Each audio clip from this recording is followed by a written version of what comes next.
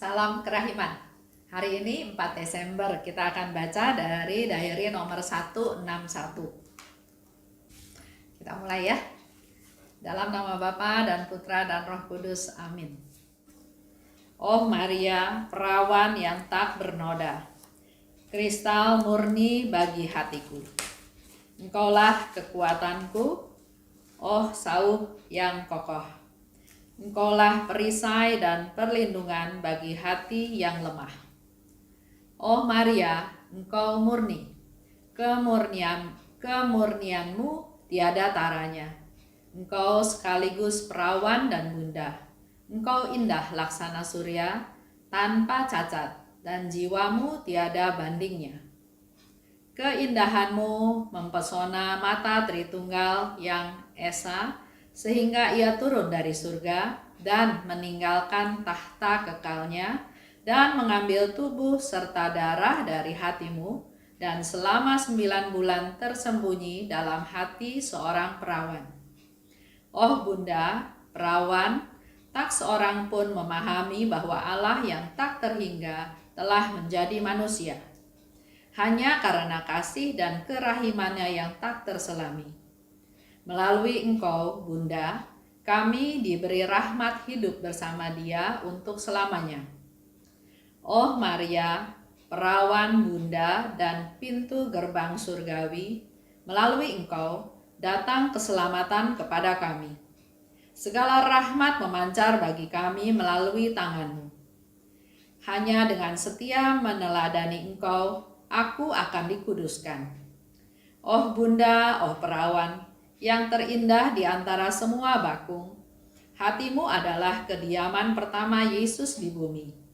Hanya karena tidak ada kerendahan hati yang melebihi kerendahan hatimu, engkau ditinggikan melebihi paduan suara para malaikat dan semua orang kudus. Oh Maria, bundaku yang manis, aku memberikan kepadamu jiwaku, tubuhku, dan hatiku yang papa. Jadilah penjaga hidupku, khususnya pada saat kematian, dalam perjuangan akhir. 161. Engkaulah kekuatanku, perisai dan perlindungan bagi hati yang lemah. Bunda Maria itu adalah seorang gadis muda yang belum berpengalaman mengandung, belum menikah. Bahayanya di zaman waktu itu, dia bisa dirajam. Malu ya, belum menikah tapi sudah hamil. Dan hal-hal lain yang harus dia hadapi. Tapi Bunda Maria sangat percaya pada Tuhan. Aku ini hamba Tuhan. Dia pasrah, dia percaya penuh pada Tuhan, pada penyelenggaraan Tuhan, pada pemeliharaan Tuhan, dan dia nggak menolak untuk melaksanakan rencana Tuhan. Dia rendah hati dan tidak memikirkan kepentingan dia sendiri. Kalau dia berpikir untuk dia sendiri, waduh bagaimana ini saya belum menikah tapi mengandung roh kudus, mengandung putra Allah. Bagaimana tanggung jawab saya terhadap Yusuf, tunangannya?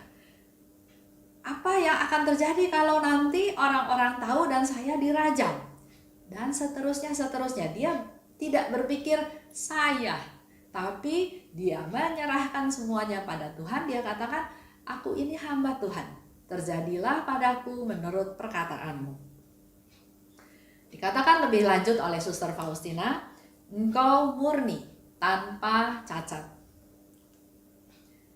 Bunda Maria enggak memegahkan diri. Dia mengandung Yesus, dia mengandung putra Allah, tapi dia enggak minta spesial. Pada saat ada cacah jiwa, dia harus pergi, ya dia pergi ke kota asalnya, bahkan di sana dia enggak dapat penginapan. Bahkan dia harus melahirkan di kandang, di palungan Yesus lahir ya. Elizabeth juga mengatakan sesuatu pada Bunda Maria. Ibu Tuhanku datang mengunjungi aku. Tapi Bunda Maria enggak klaim hal itu.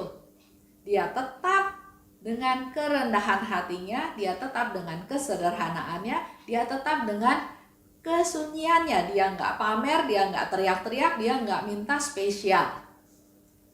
Dia nggak sombong. Dan bahkan kalau kita tahu Bunda Maria, dia bersama Yesus datang ke pesta di Kana dan dia melakukan suatu yang luar biasa. Tidak mau supaya si penyelenggara pesta itu malu, Bunda Maria peduli dan bilang pada Yesus, mereka kehabisan anggur. Yesus katakan, belum waktunya. Tapi Bunda Maria dengan tenang mengatakan bahwa dengarkan apa yang Yesus ngomong, lakukan apa yang Yesus katakan. Nah, saya mau cerita sedikit juga tentang Bunda Maria ya, karena ini bulan Maria. Selama bulan Desember, mari kita gali semakin banyak informasi tentang Bunda Maria, supaya kita juga semakin mencintai dia, semakin mengenal dia. Saya mau cerita tentang penampakan Bunda Maria di Guadalupe, di Meksiko. Herman Cortés, itu orang Spanyol, merebut ibu kota bangsa Aztec, bangsa penduduk asli di Amerika ya, orang-orang Indian. Nah, si Herman Cortés ini juga selain datang ke situ, dia juga menyebarkan agama Katolik. Di sana ada yang namanya Juan Diego ya. Dia lahir tahun 1474. Dia tinggal di dusun kurang lebih 14 km dari Meksiko. Dia orang Indian miskin, kerja di ladang, dan kerjaannya yang lain adalah menganyam tikar. Tahun 1924-25 dia dibaptis. Dia menikah, tapi istrinya meninggal tahun 1529 dan dia tidak mempunyai anak. Juan Diego ini orang yang taat, yang saleh, rendah hati, dan bersahaja. Bahkan dia cenderung hening, bermati raga, ikut misa setiap hari. Karena keadaan di sana, misa itu walaupun dikatakan setiap hari, tapi nggak bisa dilakukan setiap hari. 1 minggu 3 kali, tapi dia mengikuti setiap perayaan Ekaristi yang diadakan di gerejanya. Oleh Yohanes Paulus II, oleh Bapak Paus, Juan Diego ini diangkat menjadi Beato pada 9 April tahun 90 dan menjadi Santo 31 Juli 2002. Sekarang cerita tentang terjadinya ya. 8 Desember atau 9 Desember 1531, waktu itu subuh, pagi hari sekali, udara sangat dingin. Si Juan ini, dia seorang petani yang baru dibaptis dan dia dibaptis ya, waktu itu dibaptis dari namanya Elang bernyanyi menjadi Juan Diego. Dari rumahnya, yang tadi saya katakan, dia selalu pergi ke gereja untuk ikut misa. Untuk pergi ke gerejanya aja, itu harus melewati beberapa bukit. Dalam perjalanan, dia mendengar suara perempuan bernyanyi. Dari tempat suara itu, dia lihat awan putih membentuk pelangi, tiba-tiba muncul cahaya dari tengah awan, dan ia melihat perempuan cantik berdiri di depan awan tersebut dan pakaiannya berkilauan keemasan. Itu yang dia lihat ya. Juan Diego ini berlutut ya, melihat begitu fenomena yang begitu luar biasa. Dan di situ dia mendengar, "Anakku Juan Diego, kemanakah engkau hendak pergi?" Dia menjawab, "Yang mulia, saya dalam perjalanan menuju gereja untuk ikut perayaan Ekaristi." Bunda Maria minta kepada Juan Diego untuk bertemu dengan uskup Meksiko ya, bahwa Bunda Maria minta didirikan gereja di bukit tempat di mana dia menampakkan diri. Kita bisa bayangkan ya, Bunda Maria minta kepada Juan Diego untuk bicara dengan uskup untuk mendirikan gereja di bukit tersebut di mana Maria menampakkan diri. Juan Diego ini petani yang miskin, tapi karena dia diperintahkan seperti itu ya dia lakukan. Dia pergi ke tempat uskup, tapi dia juga ragu-ragu karena dia seorang Indian yang memang nggak dikenal. Mana mungkin uskup mau ketemu dia ya. Jadi dia ragu-ragu, akhirnya dia mengurungkan niatnya. Malamnya, waktu dia lewat bukit lagi, Maria ada di sana. Juan Diego ini bilang sama Bunda Maria, jangan suruh saya, suruh orang lain aja yang ketemu uskup. Karena saya orang miskin dan nggak mungkin uskup mau ketemu sama saya. Uskup nggak mungkin kenal sama saya, ya. Jadi dia katakan orang lain aja. Saya ungkapkan itu bukan artinya saya nggak mau nurut sama Bunda Maria. Saya bukan mau menyakiti hatimu, tapi nggak mungkin saya melakukan hal tersebut karena saya ini bukan siapa-siapa, ya. Tapi Bunda Maria bilang enggak. Saya minta kamu yang lakukan dan bukan orang lain. Keesokan harinya, Juan Diego karena diminta oleh Bunda Maria, jadi dia ketemu uskup, udah nekat aja ya, dia mau ketemu uskup. Uskupnya bertanya dan minta bukti, betul nggak yang kamu ketemukan itu atau yang kamu temui di atas bukit itu Bunda Maria? Buktinya apa itu Bunda Maria ya? Tanggal 12 Desember, Bunda Maria menampakkan diri lagi pada Juan Diego. Dan mengajak si Juan Diego ini untuk mendaki bukit yang gersang.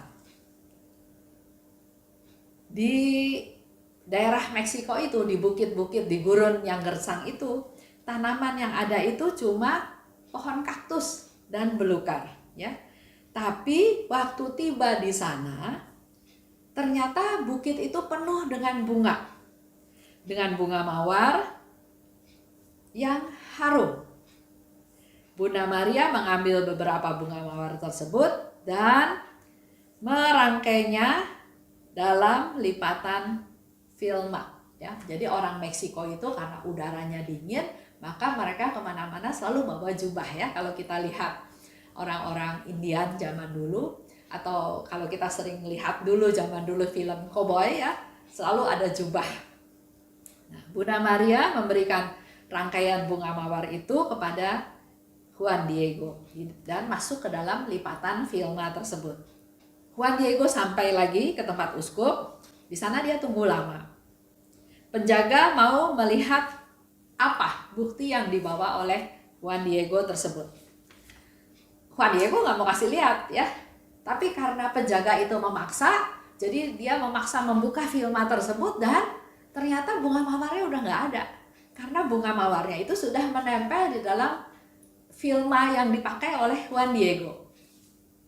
Nah, pada waktu uskup minta Juan Diego masuk, di hadapan uskup, filma itu dibuka oleh Juan Diego dan ternyata bunga mawarnya itu menjadi bunga mawar lagi dan berjatuhan. Mawar-mawar itu berjatuhan dari filma tersebut.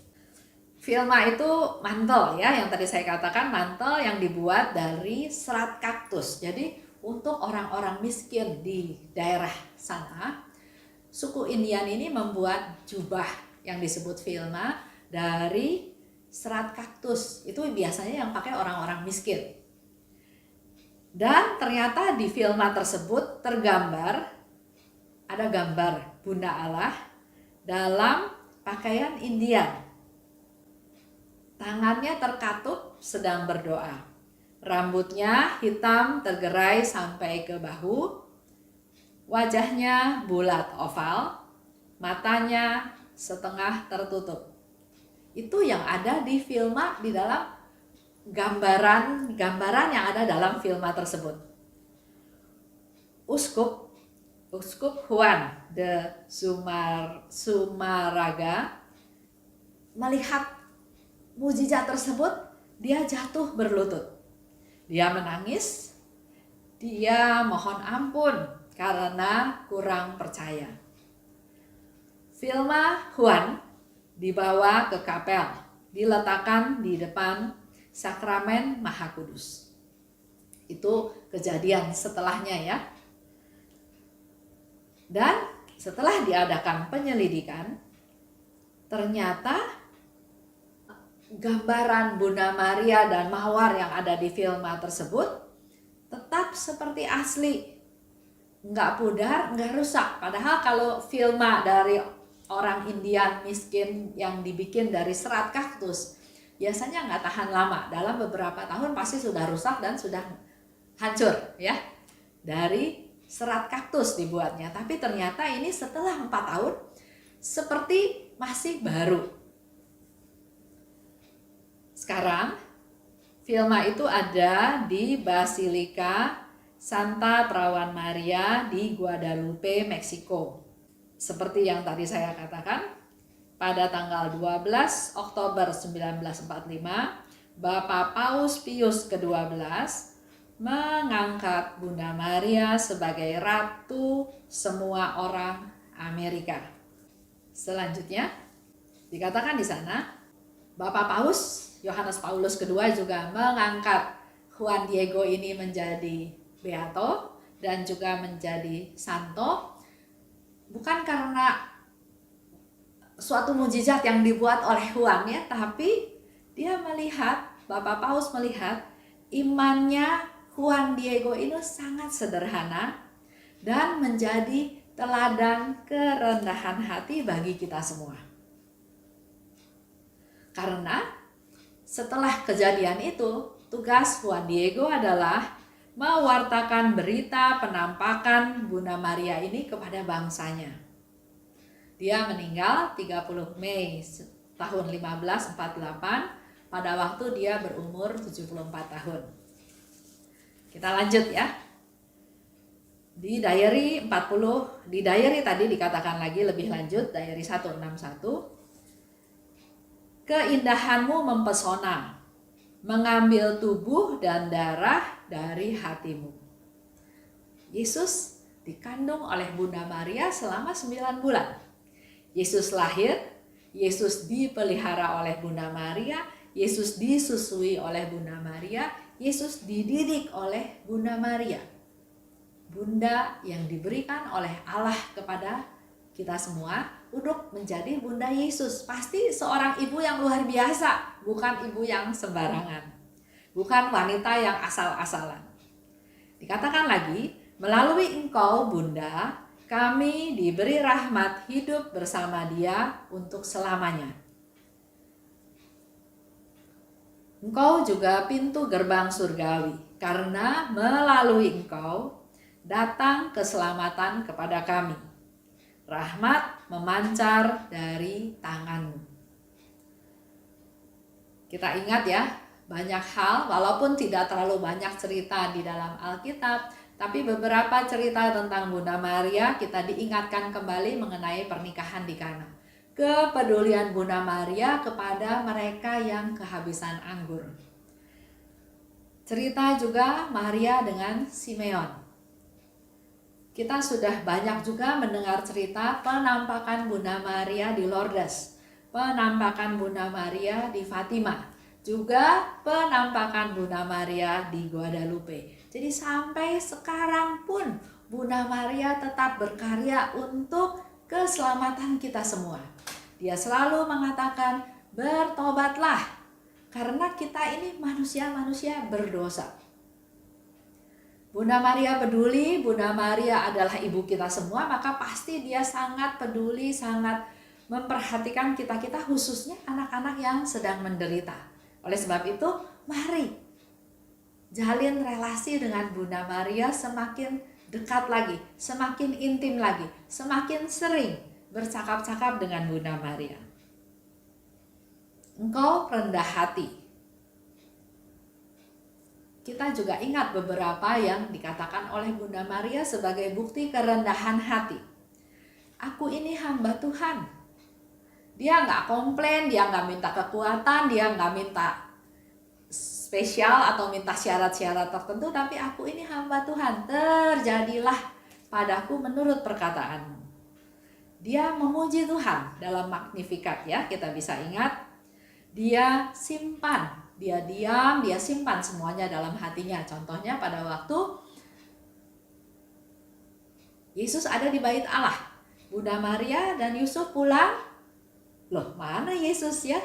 Dia mencari lagi, sampai akhirnya menemukan Yesus di bait Allah. Apa yang Yesus katakan? Kenapa ibu mencari aku? Aku ada di rumah Bapakku. Dia diam. Tidak komplain, tidak marah. Coba lihat sikap kita ibu-ibu.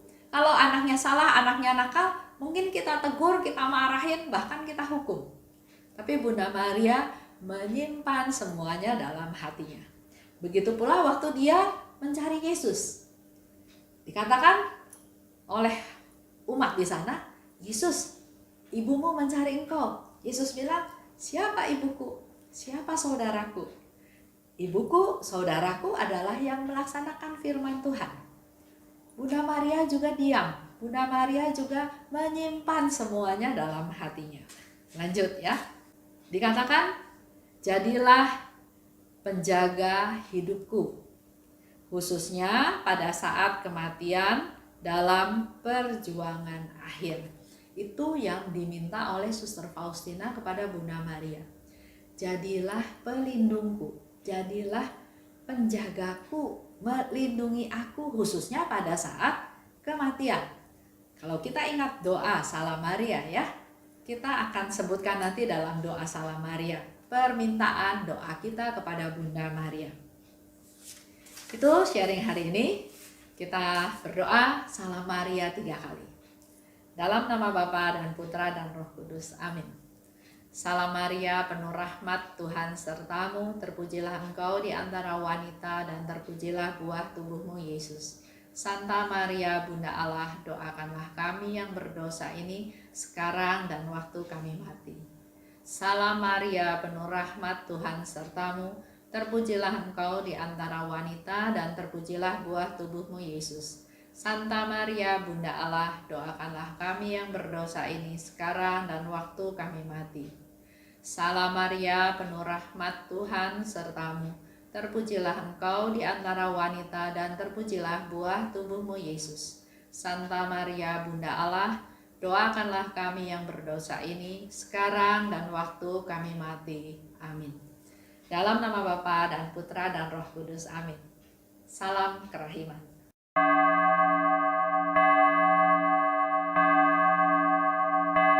Hatiku